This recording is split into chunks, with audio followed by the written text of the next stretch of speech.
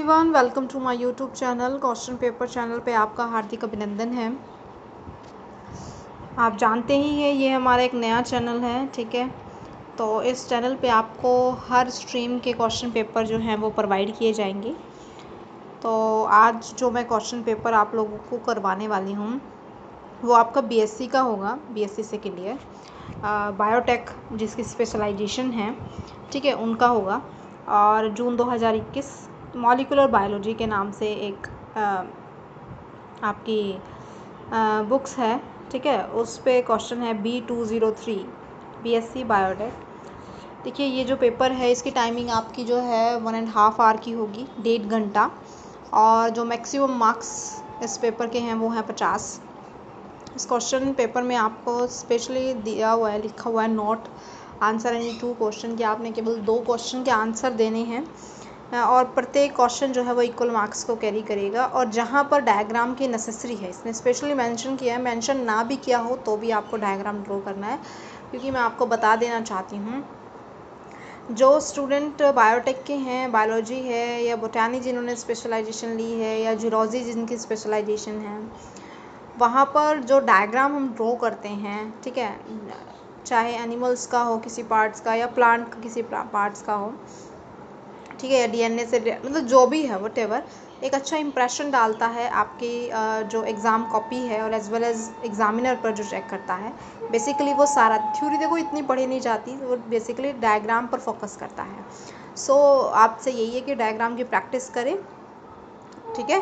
Question number 1 क्या कहता है, describe the genetic code and it's property. आपने जेनेटिक कोड के बारे में बताना है और इसकी प्रॉपर्टी क्या है वो आपने एक्सप्लेन करनी है। समझ में आया? तो यहाँ पर आप बताओगे, ठीक है।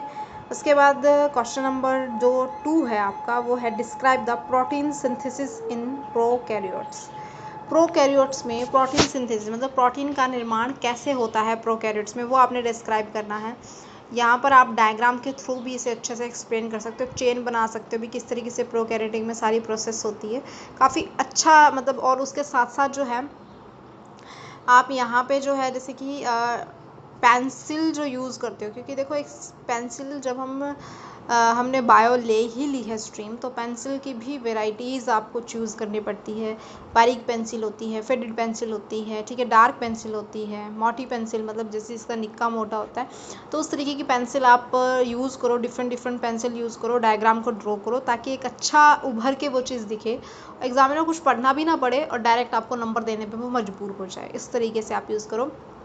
और जब आप राइट अप कर रहे हो तो आप जो है थोड़ा मतलब क्या कहते हैं कि मोटा पेन यूज़ करो, जिसकी मतलब लिखते हुए अक्षर मोटे, ताकि आपकी जो कॉपी है वो भी कम टाइम में अच्छा जो है लिख पाए, अटैम्प्ट अच्छा कर पाओ आप, ठीक है।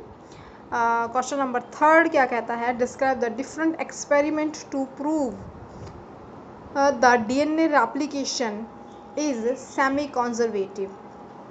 देखिए क्या कहते हैं कि आपने डिफरेंट एक्सपेरिमेंट मतलब जो दिए गए हैं आपकी बुक्स में, डिफरेंट एक्सपेरिमेंट के थ्रू बताया गया है कि वो प्रूव करते हैं कि डीएनए रेप्लिकेशन जो है, डीएनए रेप्लिकेट होता है फिर एकदम नया बनता है, ठीक है ना। वो पता है कि रेप्लिकेट होना मतलब मल्टीप्लिकेशन होती है, जैसे एम्पलीफायर सुनने पता होगा आप लोगों को, ऐसे DNA replication is a semi conservative है। उसे डिफरेंट एक्सपेरिमेंट के थ्रू आप लोगों ने एक्सप्लेन करना है।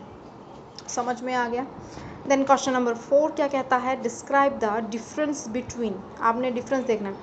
देखिए डिफरेंस बताना है डीएनए और आरएनए में, ठीक है। डीएनए और आरएनए डीऑक्सीराइबोज न्यूक्लिक एसिड, ठीक है। और आरएनए के अंदर आपने बताना है राइबो न्यूक्लिक एसिड, ठीक है। और सेकेंड है इसमें RNA polymerase in prokaryotes and eukaryotes, मतलब यूकैरियोट्स और प्रोकैरियोट्स में आरएनए पॉलीमरेज के बारे में एक्सप्लेन करना है, इसका डिफरेंस अपने एक्सप्लेन करना है क्वेश्चन नंबर 4 में। क्वेश्चन नंबर जो 5th है वो है describe the gene regulation in prokaryotes. देखिए एक यूकैरियोट्स है एक प्रोकैरियोट्स है, दोनों में आ सकता है, तो आप दोनों को ही अच्छे से कर लेना। यहाँ पर जून 2021 में जो मॉलिक्यूलर बायोलॉजी का पेपर आपका B203, उसमें इन्होंने पूछा जीन रेगुलेशन इन प्रोकैरियोट्स, ठीक है।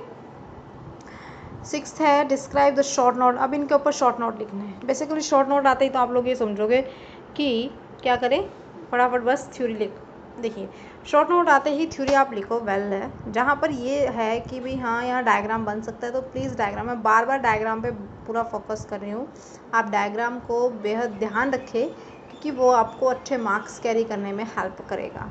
ठीक है, सैटेलाइट डीएनए, सेंट्रल डॉग्मा, क्या है ये, क्राइप्टिक जीन्स, ओवरलैपिंग जीन्स, इनके बारे में आपने एक्सप्लेन करना है, बताना है।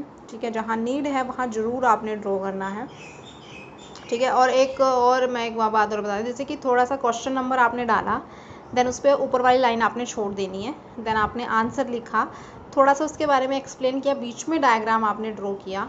ठीक है, ड्रॉ करने के बाद देन यू राइट डाउन करने के बाद क्या कहते हैं, थ्योरी, मैं बार बार कह रही हूँ थ्योरी पर कोई फोकस नहीं करता। मान लो कि मुझे ही कॉपी चेक करनी है आपके एग्ज़ाम की, तो मैं ना थ्योरी ध्यान नहीं दूंगी, मैं देखूंगी बच्चे ने डायग्राम अच्छे से ड्रॉ किया, उसको एनालाइज करूंगी, दैट मीन्स उस बच्चे को प्रॉपर नॉलेज है, I am given A marks, मैं मार्क्स दे दूंगी सीरियसली।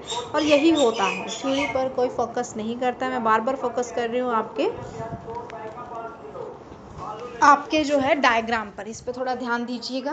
क्वेश्चन नंबर 7 की बात करते हैं हम लोग। Right A short note on any 2 of the following, आपने कोई भी 2 के ऊपर शॉर्ट नोट लिखना है। तो यहाँ पे देखो 3 दिए हुए हैं।